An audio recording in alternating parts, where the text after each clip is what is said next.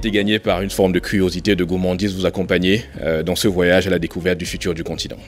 Pour parler du futur de l'Afrique, à mon avis, il y a deux préalables que je vous propose d'aborder. D'abord, il faut connaître son histoire, au moins dans ses grandes lignes. Et ensuite, il faut connaître et comprendre son présent.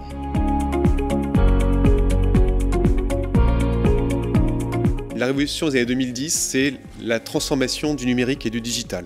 Aujourd'hui, il y a 8 Africains sur 10 qui a un téléphone. Il y en a 30% à peu près qui a un smartphone, c'est-à-dire qui lui donne accès à l'Internet. Et on estime qu'en 2025, nous aurons, ensemble avec l'ensemble de la communauté publique et privée internationale, couvert 100% des Africains avec du téléphone et à 70% avec du smartphone, c'est-à-dire de l'accès à Internet. Et pourquoi est-ce que l'accès à Internet et l'accès au digital est important pour l'Afrique? C'est parce qu'avec le digital, on peut à la fois pousser des services de connectivité simples, donc le téléphone, l'accès à Internet, le SMS, la data, mais on peut aussi pousser deux grandes révolutions absolument fondamentales pour le continent, qui sont l'accès aux services financiers mobiles et l'accès à l'énergie.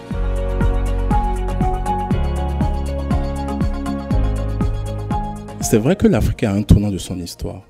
Mon cher ami a présenté les indicateurs importants sur la démographie, la croissance démographie, l'âge médian en Afrique.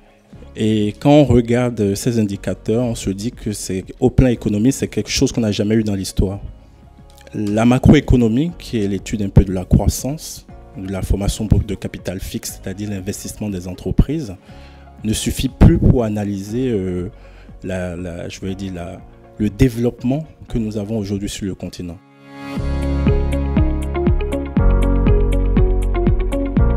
Prenez le cas du sida. Le cas du sida en Afrique, c'est l'illustration très précise de ça.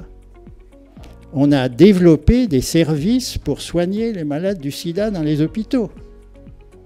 Mais la prévention, vraiment, le corps médical n'avait aucun intérêt pour la prévention. Si on avait fait, en matière de prévention, le 10e de ce qu'on a fait en matière de recherche de médicaments efficaces pour stabiliser la situation des malades du sida, on aurait certainement des résultats.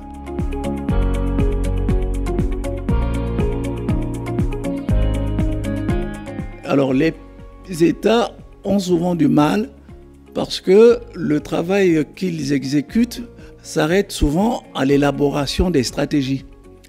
Et là où ça coince souvent, c'est la mise en œuvre, et avec encore une partie qui est fondamentale dans les projets ou les programmes, c'est le suivi et l'évaluation.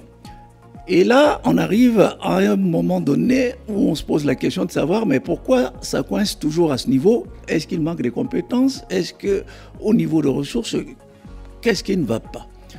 Et donc, le sentiment que j'ai énoncé tout à l'heure, il est toujours présent. C'est comme si l'Afrique n'avance pas beaucoup sur les questions d'environnement. Parce que la première source d'emploi, ça n'a pas été dit, c'est quand même l'agriculture.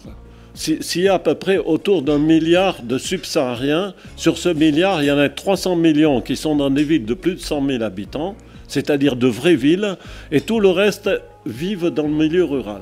Si vous survolez Lagos, vous voyez des champs partout, c'est-à-dire on a des villes qui ne sont pas en hauteur. On a des villes avec des jardins. Et on a fait des études à l'IRD sur ces questions-là, sur l'alimentation urbaine. 10 à 20% de cette alimentation urbaine vient de la ville elle-même. Il y a une agriculture urbaine. Et donc, remettre en question cet émiettement, cette fragmentation, pas seulement en termes de frontières, mais en termes de fragmentation, fait partie des objectifs stratégiques du panafricanisme. Donc, unifier, libérer, unifier, c'est quelque chose de fondamental. Et du coup, le livre de Nkrumah, qui sera la référence sur le panafricanisme, va sortir en 1963, Africa Must Unite, l'Afrique doit s'unir. Et ça correspond avec la création de l'Organisation de l'Unité africaine.